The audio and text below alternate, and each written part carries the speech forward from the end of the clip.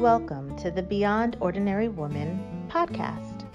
Every 2 weeks, we'll post a podcast version of one of our free training videos, but you can access them now at beyondordinarywomen.org. This episode or series includes downloadable information on our website, beyondordinarywomen.org. Go to Resources on the main menu and click on podcast/video extras. Enjoy the podcast. Hi, I'm Kay Daigle of Beyond Ordinary Women Ministries, and I am delighted today to welcome Debbie Swindoll as our special guest. Debbie is the founder of Grafted Life Ministries. She is an author. While at Grafted Life Ministries, she envisioned and co-wrote 10 studies to help people in their relationship with God and with one another. She is a graduate of Daigle with a master's in spiritual formation and soul care. So welcome, Debbie. We are so happy to have you today. Well, I'm pleased to be here. It's wonderful to be able to join you today. Well, of the studies that Debbie has written, I went through Life with God several years ago with a group, and it is a fabulous study that I recommend to everyone. So anybody out there who's not familiar with it, I suggest that you find it. Where is it available, Debbie? It's on the Grafted Life website, so graftedlife.org. Great. Well, we are doing a series on reimagining discipleship. And the reason that we're doing that is because I've just had a burden for what I've been seeing in the church, the division that's been in the church over secondary issues, the nastiness that has been seen on social media. Just so many things the past few years have just disturbed me greatly. And I have come to believe that there is something in our discipleship process, maybe our methods, maybe what we're stressing. I'm open to whatever it is, but I'm on a search to try to find out what those things are. And so that the church can be united again and we can be serving God and his kingdom. And so I thought we definitely needed somebody coming from a spiritual formation perspective. And I couldn't be more delighted that Debbie is the one who is able to join us in that. But Debbie, what I want to start with you, question-wise, is just this. Explain what spiritual formation is, because I know some people, even in the church who've been there for years, their church doesn't use that terminology and they aren't really sure what it means. Yeah, it's so interestingly, you sent me this question, it kind of in light of discipleship. And you said, what is discipleship and how is spiritual formation a part of that? Mm-hmm. And I think that's a lot of times what people struggle with. Like, I really love what Dallas Willard says about that. He says, discipleship is a status. Spiritual formation is a process. And I love that distinction. So if you think about the fact that the Great Commission is to go out and make disciples, well, how do you become a disciple? Well, you get into relationship with Jesus.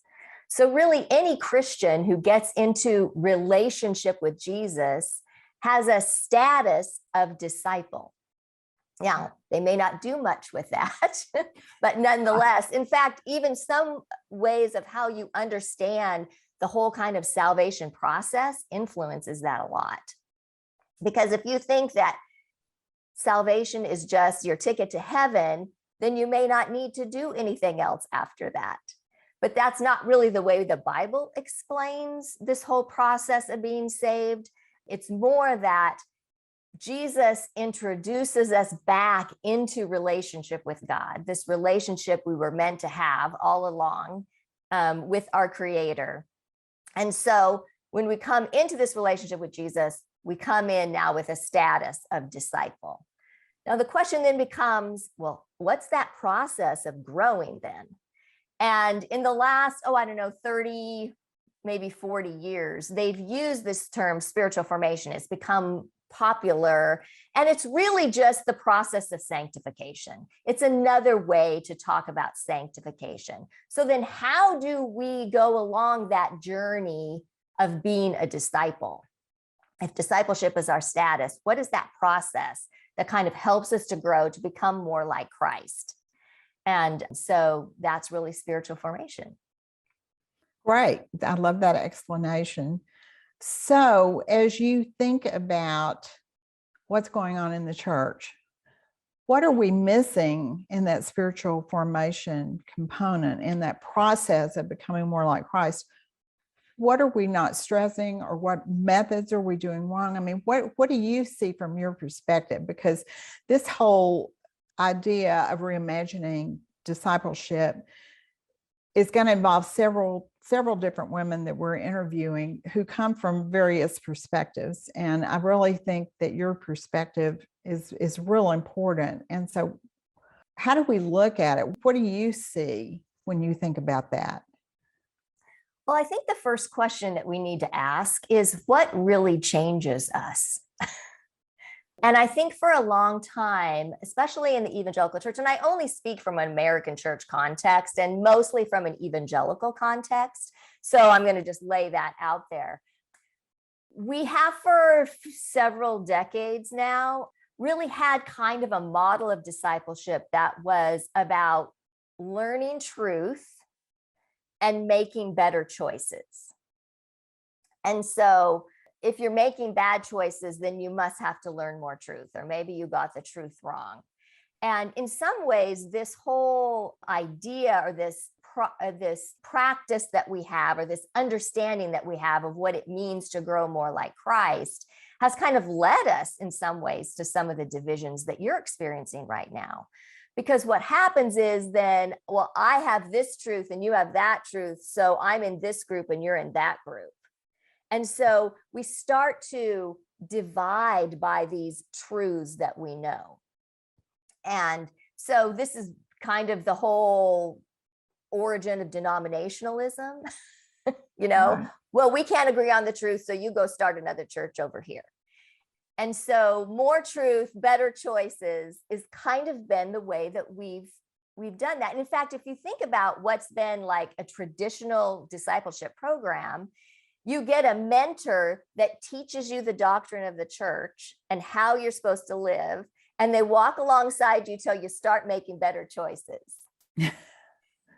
Well, I think that's true. I also think that some discipleship programs are mostly learning skills. How do you study the Bible? How do you pray? How do you share your faith?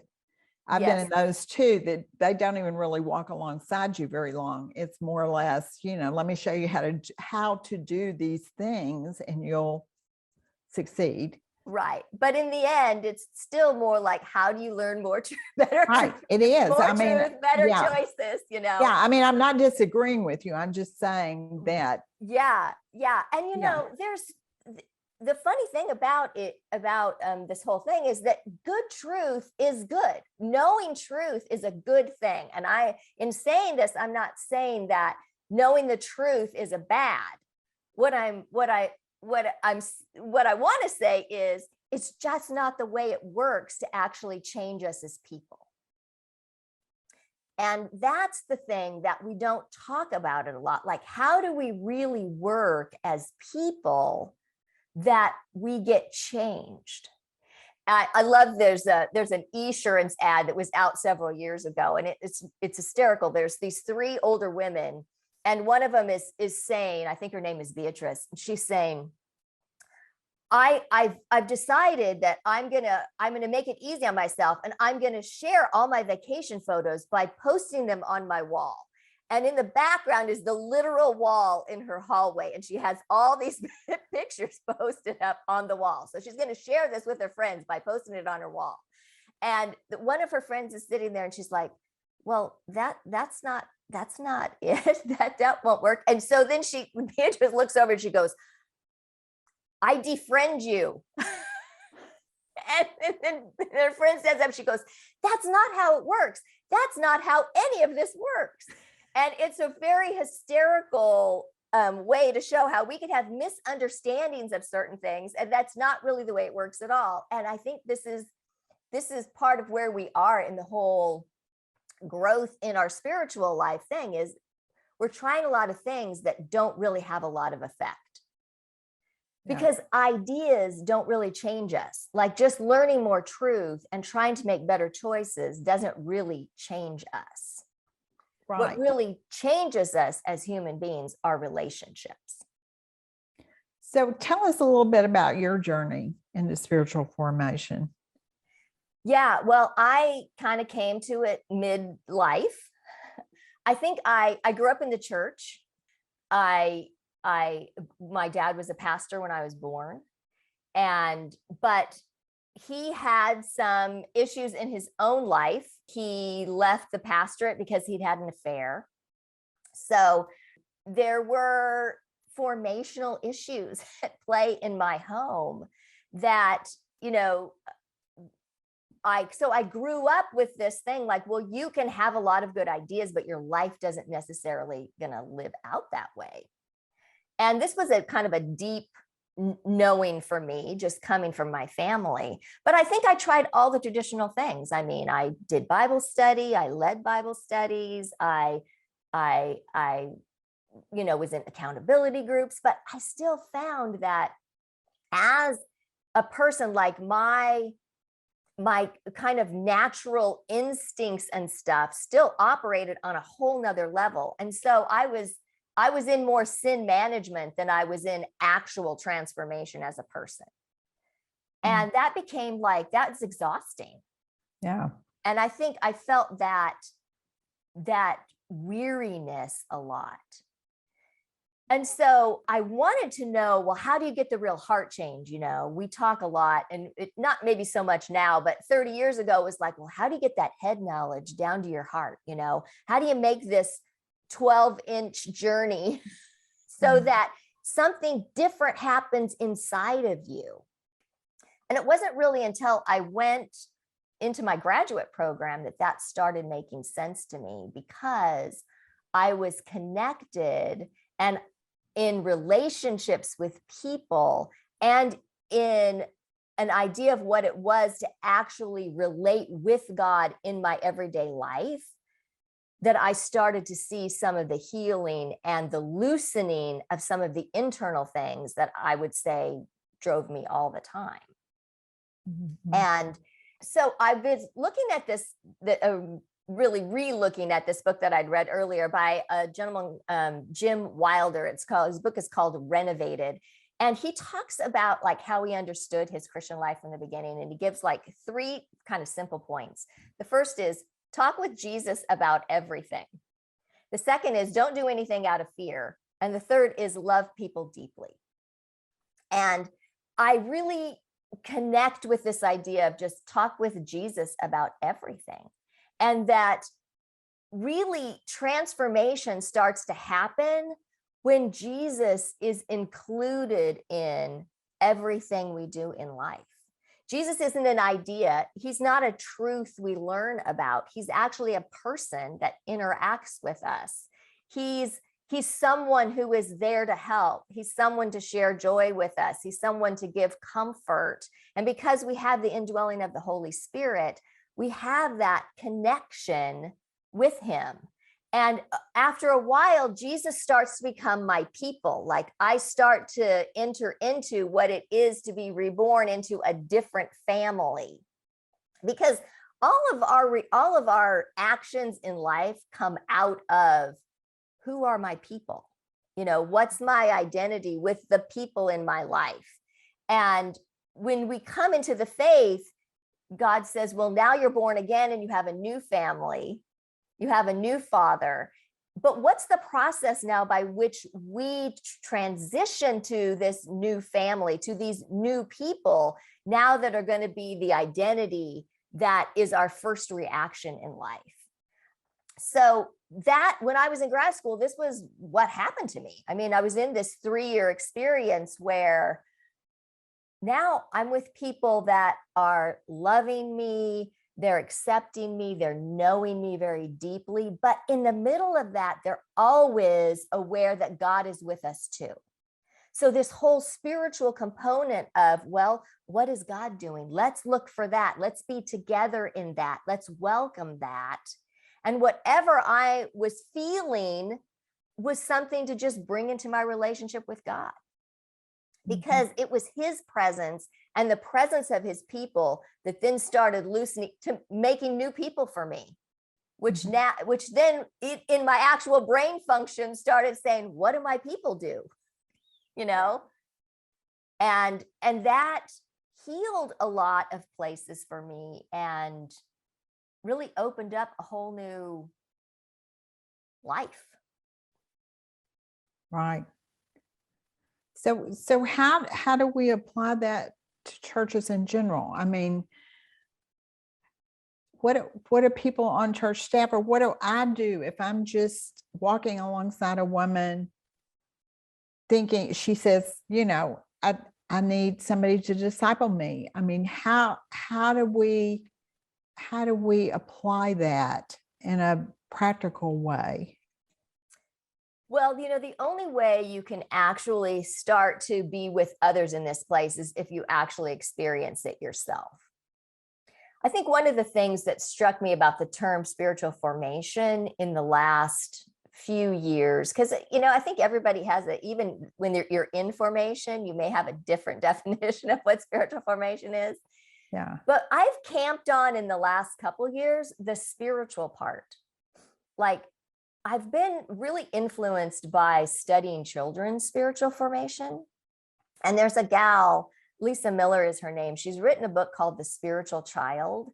And she talks from a research psychologist perspective of that children are born with the capacity for spirituality. And when she talks about that, she means that they have the ability to relate to the transcendent. They're able to have a relationship with God. Like, they come pre-programmed for that. Sometimes we see this kind of playing out in like the amount of imagination children have, their freedom to play and enter in, that freedom that they come with when they're born. And if they're not damaged by some kind of abuse or neglect, is just very open. And they have this openness to relate to God, to see him, to feel his presence. But when that's not nurtured, that's often lost. So when we think about adult discipleship or adult formation, often the spiritual part is kind of laying dormant in us. So even when we think about the fact that, oh, there's a God to relate to, and he's a spirit, we don't know how to do that. We don't. So some of the, I think the journey is for adults is you kind of have to allow God to enliven that in you again. Just the ability to, oh, he's present with me. What might that feel like? Or when I go to read scripture, I can have an experience of God. Like, there's a person here. There's a person here loving me through these words, and kind of have to open up to the fact that there's a person to relate to, not just ideas to access. Right. And when we start moving toward that, then other people in the body of Christ can support that by asking the questions like, well, I wonder what God is doing in that. Or, well, I can't fix you. I can't, it's not my advice that's important, but it's more like, what is God calling you to in this? Now, we can look at scripture together and we can find, principles that are going to hold us in that place. God's not going to tell us anything that's going to counteract what he said in his word. So we have good guardrails around that, but we still need to have that personal connection, that fact that we're calling Jesus into it. I love Jane Willard, Dallas Willard's wife, is a therapist, and it's said of her that down the hall, she was doing therapy in a different way than some of the other psychologists were doing in the building. She was inviting Jesus into everything. And it's when together as a community and as an individual, we invite Jesus into everything, that something starts to happen that's actually transformational. And mostly it's because we're feeling Jesus' love and we're bonding back to him in that experience, that now, oh, we're able to let go. We're able to enter into being a different kind of person that makes different choices. Yeah, that's all really good. So in some ways, this is simple because it's not a complicated fix, but it's if it's new to us, if that sort of relationship with Jesus is not what someone has experienced, learning something new and participating in it can seem difficult. That can seem like a difficult thing to do. So what you're saying is the community around you is really a key in fostering that type of growth and that type of change in a person, from just knowing about Christ and living constantly with his presence. How do you build that kind of community if it's not there? You know, this is one of the reasons why we wrote Life with God, is because I wrote it with another colleague who had also gone through the same graduate program that I went through. And we noticed the incredible transformation that happened to people in this thing. And it was a part of them entering more deeply into their relationship with God, but it was also the community that was holding them in that place. And so we thought, well, not everyone's going to be able to go to graduate school. I mean, that, first of all, it's really expensive and it's just not feasible that, but what could we bring that would be in the church, that, when you went to church, you could have a group of people that were walking with you in this way. And that was really the germ of this idea of, well, let's create a journey for people that would be long enough to kind of hold them in these relational changes and be incremental, because you kind of have to you have to put out the breadcrumbs that lead them to the water. Mm-hmm. And you have to realize that our most enduring quality or character flaw from the fall is what I would call autonomy. It's like when Eve looked and she saw that the fruit could make her wise, then that's like, well, I'll just do life without God. Mm-hmm. And so sin at its very nature is doing life without God. And we are so practiced, we're habituated in it. It's our habit. It's our automatic to just make our own decisions. And sometimes that also creeps into our sanctification. Like we become Christians, but now we're just bringing the way we always do life on our own into, well, then I'll just make myself a good disciple. And the whole point of being saved is that we no longer have to do life on our own. Now we do life with Jesus. It's a with proposition. We're not doing life for God. We're not doing life over or under God. Skye Jethani has a great book called With, and he talks about these different ways that we can relate to God. And really the one that's scriptural is that there's a life with. But when we're habituated in doing life alone, that's a lifetime transition. And you need some structure maybe to hold you in that. And the Life with God studies actually do that with a group of people who now are saying, okay, I want to recognize how I do life so much on my own. And I want to open up to, so what does it look like to do life with Jesus? How do I invite him into these things? I'll give you a quick personal example. When I was in grad school, moving up to that point, I was struggling with a lot of anxiety. And when I look back on it, I think God was shutting down a lot of my coping mechanisms that weren't him, that were my own ways to manage life. And as he was kind of shutting those down, those were no longer working. My anxiety was growing. And I was doing all of the things I knew to do as a Christian. I was praying it away. I was, quoting scripture. I was doing all these things, but it wasn't helping. My anxiety was still growing. And when I got into grad school, I remember one of my profs, he had this phrase. He said, anxiety is the idiot light on your dashboard. It's telling you something is not right. It's something to pay attention to. And then he said this most frightening thing to me. He said, you have to make anxiety your friend. And I'm like, no, it's for the last 10 years. Anxiety is the enemy. I've been avoiding it. I've been pushing it away. I've been managing it. And he introduced me to this concept of, well, what would it be if you turned toward your anxiety and you entered it with Jesus? This was a foreign concept to me. I know, well, how do you do that? How do I go? How do I stop ignoring the things that are turning inside, and instead I come to Jesus with those very things? And I learned that in his presence, there may be some answers to understanding myself better. Where is that coming from? But also answers to how can actually Jesus' love start to heal some of the deeper places where that anxiety lived.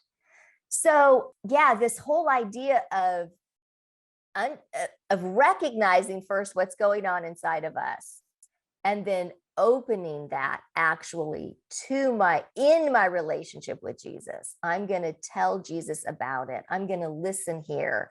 I'm going to be present to it and not ignore it, were some huge turning points for me. And I think in Life with God, we kind of help people to be together in that and kind of demystify, okay, it feels really scary, but in the end, it's your true way to freedom, that Jesus really wants to be with you, help you understand this, and give you some healing from it. Yeah, that's wonderful. That's the right way to put it. Well, thank you, Debbie. I think that's probably a real good place for us to end our conversation. And again, you can find Life with God and other curriculum that Debbie has done on the Grafted Life website. graftedlife.org. Great. Let me mention one more thing too. The Yeah, other that's thing you great. can find on our website is a list of spiritual directors. And spiritual directors are someone who will walk alongside you in this way. And this is one of the reasons I think I love the ministry of spiritual direction so much, is it helps you to start to recognize where God may be working in your life. So a spiritual director is not a counselor, but you can talk about anything, but they're going to ask you two questions that are so informative over time. Well, what do you think God's doing in your life? And how are you responding to what God might be doing? And so it's a great way to start opening up kind of those spiritual senses with another person that will help you start to grow to see God more and more and respond back to him in a, yes, Lord, let's talk about that kind of way. Right. I went to a spiritual director for a while, and I was really happy that I had done that. And I think that that's a really good thing. I'm glad you brought that up, because for someone who's out there listening to this conversation and thinking, I don't have those people in my life who want to do Life with God with me, or who are doing what Debbie is describing in any way. And where do I find that? This is a great way to find one person, yes, that can speak into your life, that can help you see these things. You don't have to have the group. You can just have one ally, basically, somebody who understands how God speaks and understands how to listen well to what God is doing. Yeah. And we have an association, and they're all Christ-centered spiritual directors. So there's a kind of an ease you can have that there's going to be a truth thing, because truth is important, and the things we believe are important. So But these directors are you're not going to have to worry about, are they out there in some, weird kind of way. So. Right. Because I think historically spiritual directors were more in other traditions other than the evangelical world. And, I've noticed, I know many spiritual directors now, whereas 30 years ago, I had never even heard of one. And so it has been increasingly popular for evangelicals to have spiritual directors now. Yeah, it's a really great, and it's only a once a month thing, so it's not a huge commitment. But I, as a spiritual director myself, I'm always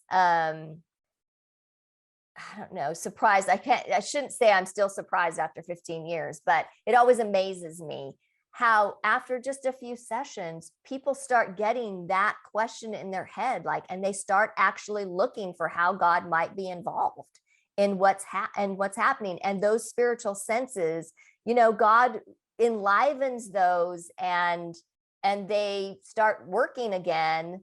And it's like, oh, I start to see God in my circumstances. I start to hear him in the things people tell me. It starts resonating. I see, oh, it's those experiences that you have where it's like, well, I heard that in the Sunday sermon. And then I was talking to someone and they said the exact same thing. And then I was reading my Bible 3 days later and I ran across a verse that it's like, yeah, well, now you start seeing God is active and he's giving you experiences that help you to understand what he's inviting in your life. Right. Well, thank you, Debbie. I think this has been very illuminating and very helpful with practical suggestions and sharing of yourself as well. We appreciate your being willing to do that.